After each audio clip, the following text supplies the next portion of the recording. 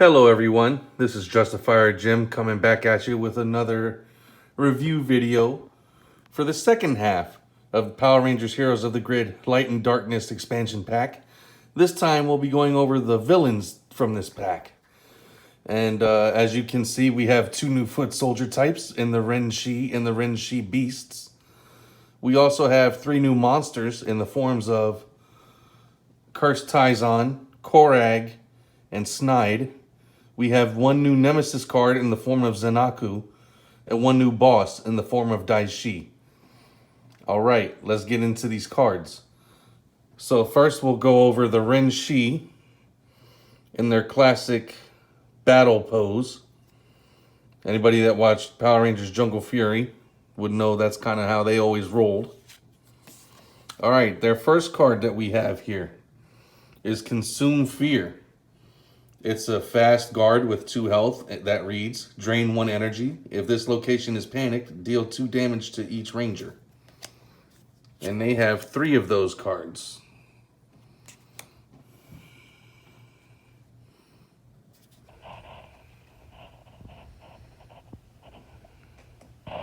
The next one is Leaping Attack. 2 health, deal 3 damage. And they have 2 of those. Next, we have Ren'Shi Counter. It's a 3 health passive card that reads, while this card is in play, after a ranger performs a reaction, they must discard the top card of their deck. And they have 2 of those. And finally, we have the Ren'Shi Spear. It's a 3 health guard passive with, when this card resolves, deal 3 damage. Once this card has resolved, rangers cannot perform maneuvers. Excuse me. And they have 3 of those. All right. Next up, we have the Ren'Shi Beasts. For those of you that don't know, these were kind of like the upgraded version of the Ren'Shi. They actually would turn into the monsters of the week. And, you know, since they stopped doing Monsters of the Week, this is kind of their replacement for it. And we'll see how well it's received. It's definitely interesting. The difference with this type of foot soldier is when you defeat it, or defeat one of them, you get basically 2 tokens on the experience track. So you place the Ren'Shi Beast and a hit counter to mark it as 2. And if I mispronounce any of these names, I do apologize. First up, we have Buffalord. He's 4 health fast. That deals 4 damage unless a ranger discards 2 cards from their hand to prevent it. Next, we have Gakko, which is a 4 health and deal 3 damage to each ranger. Then we have Mantor, 4 health, deal 6 damage. Next, we have Naja, health of 4. Remove 1 enemy figure from the experience track. Deploy 1 Ren'Shi to this location. Next is Porcuponger, 4 health. Most of these are going to have 4 health, it looks like.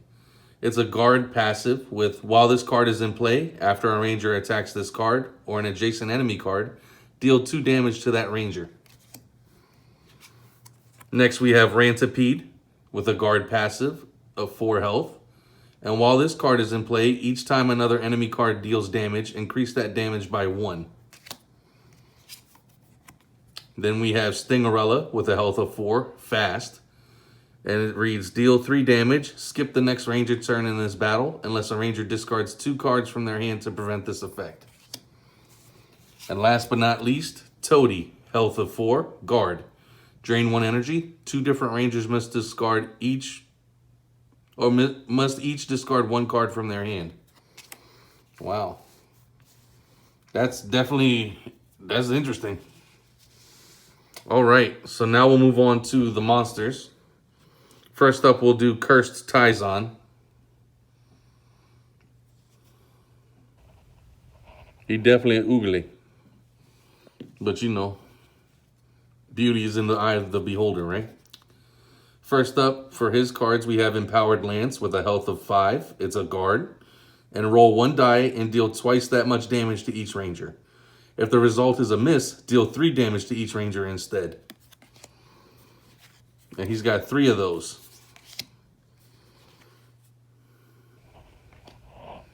Next, we have Liquid Form. It's a 6 health passive. While this card is in play, Rangers cannot deal hits to an enemy card if another enemy card has more hit tokens than that card does. That's kind of interesting. He's got just 1 of those. Then we have Metal Hunter. It's a health of 4, fast and guard. And each ranger must reveal the card from their hand with the most dice in its attack value.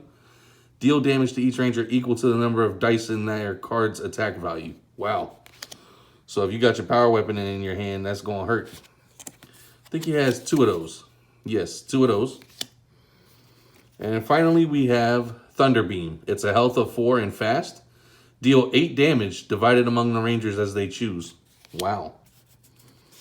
And he got 2 of those. All right. Next up, we got Korag.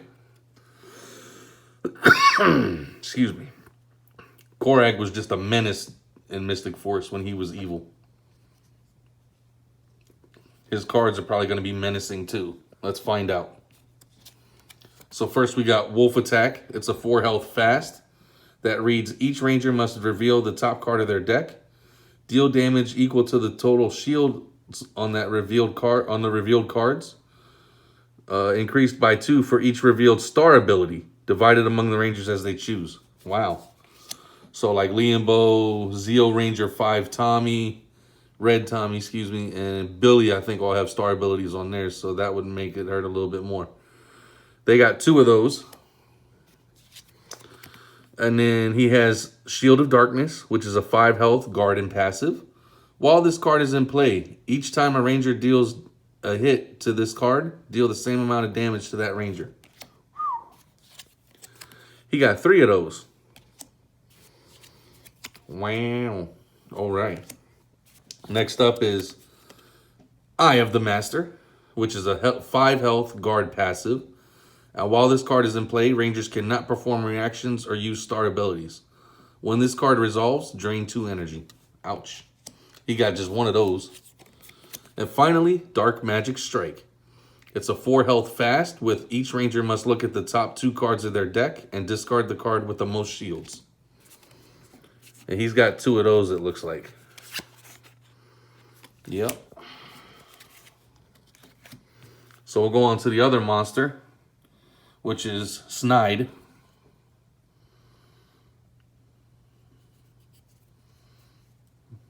Interesting pose they chose for him. All right. Oops. Knocking over Ring She Beast. All right. First up, we got Dark Side Rush. It's a 4 health guard with deal 3 damage to each ranger. If a ranger has more than 3 cards in their discard pile, deal them 5 damage instead. Wow. He has 2 of those. 3 of those, actually. Excuse me. He has 3 of those. Next, we have Exploding Sword. It's a 4 damage fast card. 4 health card that's fast. It deals 5 damage to the ranger with the most cards in their discard pile. Deal 2 damage to each other ranger.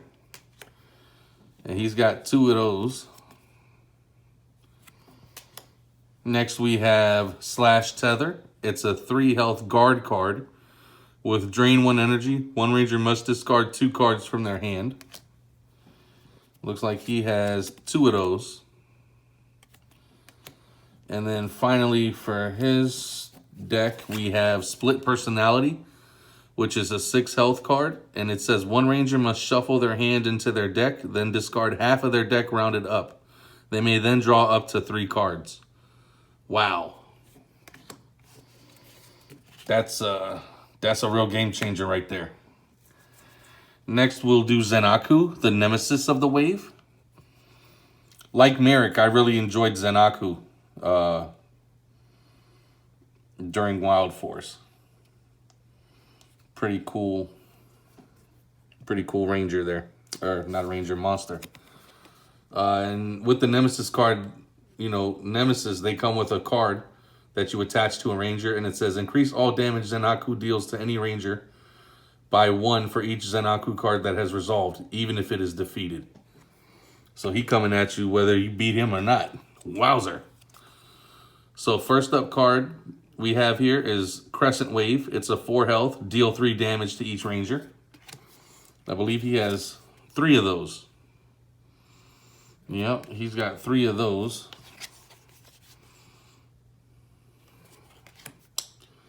Next up we have Full Moon Slash. No, sorry, Full Moon. It's 5 health, fast passive. While this card is in play, the health value of all resolved Zenaku cards, including this one, is increased by 2. Wow, so while this is unresolved, it would be 7 health. Thankfully, he's just got 1 of those. Next, we got the Waxing Arc. It's a 3 health guard card with deal 3 damage to a single Ranger twice. He's got 2 of those. And then he's got the Zord Control card, which is a 4 health guard card. Deal 3 damage. Repeat this effect once for each Zord card in play. Wow. He's got 2 of those. That's something else. Now finally, we got the big boss man himself.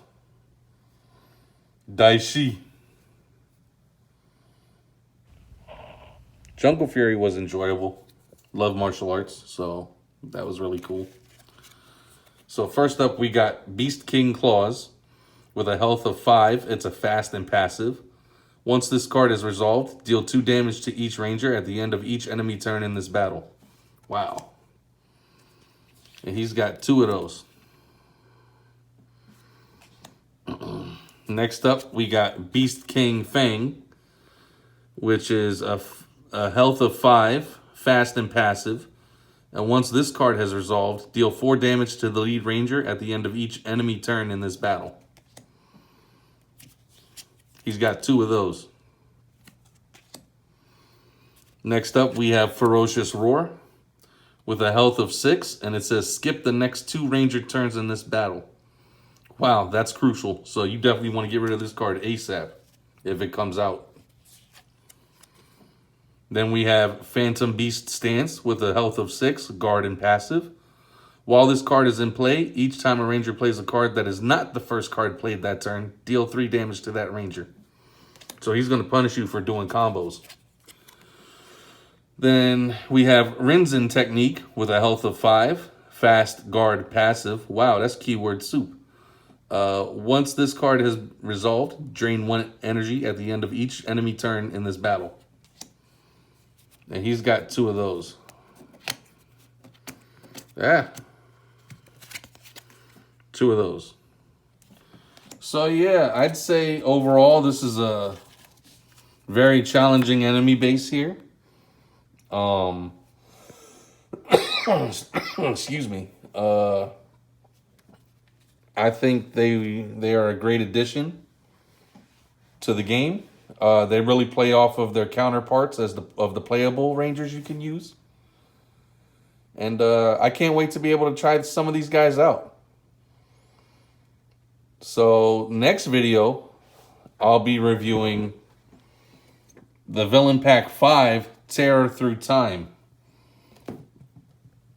So that would be this one. And that would be with Frax, Decker, Trakina, Rancic, and Vrock. That'll be in a future video. I hope you guys have enjoyed these reviews that I've been doing. I really appreciate all the love and support. If you haven't yet, please like, comment, and subscribe. And as always, make sure you drink your water, and may the power protect you.